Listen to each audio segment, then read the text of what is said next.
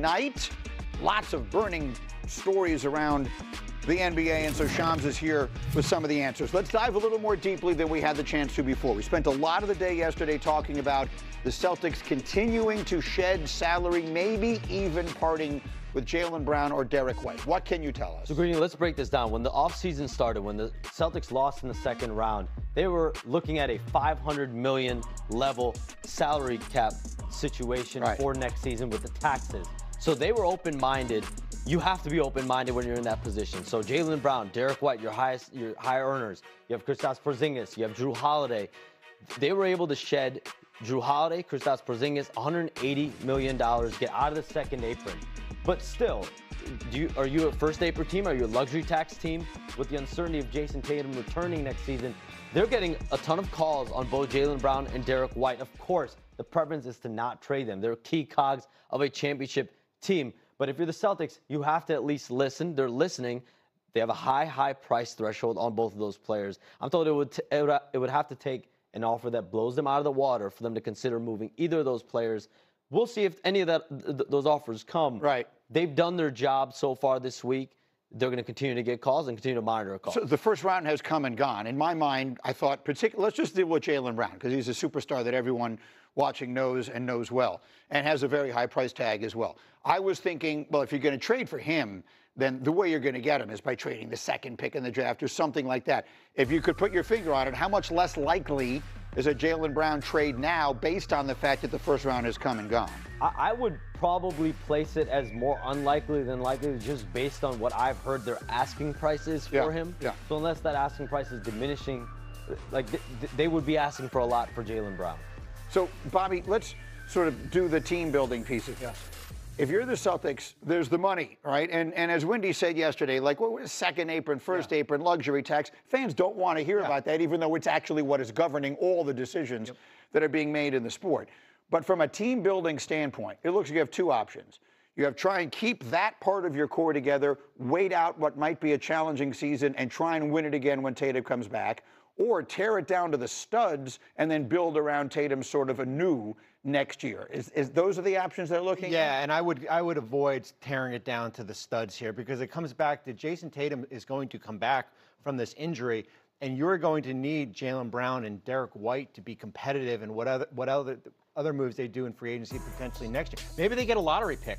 Maybe they're Dallas next year and they potentially could get a pick.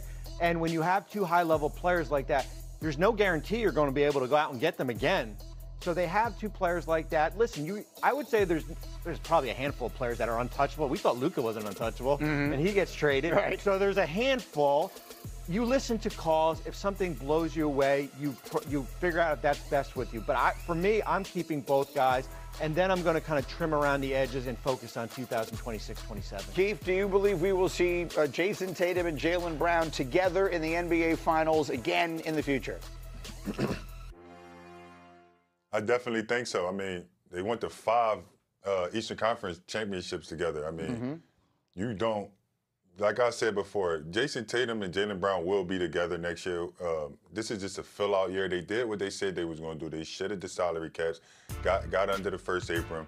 Now it's just about bringing players together, bringing players in that can fit with this team next year.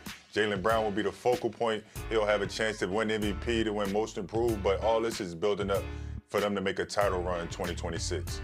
Okay, so we'll put the Celtics to the side for a minute. In this sort of wide open Eastern Conference, we touched briefly on the Bucks of it all, the Giannis of it all. He wants to win a title, understandably so. They were a championship team not long ago. They feel very far from that right now. So what are we looking at with regard to him and his future? Giannis Antetokounmpo has been in Milwaukee for 12 years, and so I reported during draft, combine, and lottery week that he was open-minded about seeing are there best possible fits outside of Milwaukee, and that is a due diligence process that he has undertaken. Everyone around him has undertaken as well. But again, he's been there for 12 years, so there's a level of equity in seeing what can the Bucks do at the draft, what can they do during free agency, how can they improve the team. He has said on record he wants to compete for a second NBA championship. They've got free agents in Bobby Portis, Brook Lopez, Kevin Porter Jr., and so he's going to remain open-minded. I don't think his future is necessarily tied to this week, to free agency week. It's going to be a process where you see how this team looks into July, well into July potentially, And then ultimately he will see how the Bucks look, how the chess pieces look across the league, and ultimately have some form of a resolution. So, Bobby, again, team building here. I could understand looking at it this way. We swung and missed. We tried as hard as we went out. We got Damian Lillard. We tried to give it a go with those two guys. We brought in the coach who's got a championship on his resume. It just didn't happen for a variety of reasons, and now Lillard is going to be hurt, another one of these Achilles injuries. So do you explore the definition of tearing it down to the studs? Trade away Giannis, get everything in the world back for him, and start building from scratch. For the next month, I'm doing everything possible to add around Giannis, and that's why I think the next month is the most important in franchise history for Milwaukee as far as what they do. The one name Tom didn't mention was Damian Lillard. He's going to be out for a significant time, and Gary Trent Jr. is also a free agent. I think that the problem, if you're not exploring Giannis deals now and you wait until next year, now he's going to be on an expiring contract. He's a year older. The value starts to come down a little bit here. They could basically wipe the slate clean. I understand where John Horst, their general manager, is coming. When you have a top 3 player on your roster, you're doing everything possible to add pieces. But I keep on coming back to dead ends. What are the options going to be? Who in free agency? The non-tax. They have so many free agents that we might get to December and Giannis might say, wait a minute, we can't compete in the Eastern Conference. Now I want out. And now the options maybe get a little bit diminished. Markeith, you would have a better sense, certainly, than us of what might go through a player like his mind. I'm sure, and Shams touched on it, there's an element of loyalty there. I mean, when they won that title, you could see the love affair between him and the city and everything else. Winning in a small market like that is a special bond. But in your mind, if you were Giannis, what do you think you'd be thinking about your future? Well, to piggyback off of what Bobby said, they had 7 free agents next year, right? And one thing that people are not talking about is that these teams are now handicapped with the way the salary cap works now. So as a player, knowing that my team can't make these moves and it's literally going to be impossible for us to compete next year with going out and getting free agencies or not having asset, I'm thinking about my future. And I think going forward, players will think more about their future with different teams because of how handicapped these teams will become with the way that the salary cap is working. So if I'm Giannis, I'm looking at my future and saying, can I actually win? And not thinking about being loyal, you know what I mean? Because at this point, the salary cap takes so much out of teams, it's almost, you almost can't really do anything if you're a player. What do you think, Shams? So, Greeny, Doc Rivers, John Horst, that Bucks organization, they've been operating like, listen, Giannis Antetokounmpo is going to be back next season.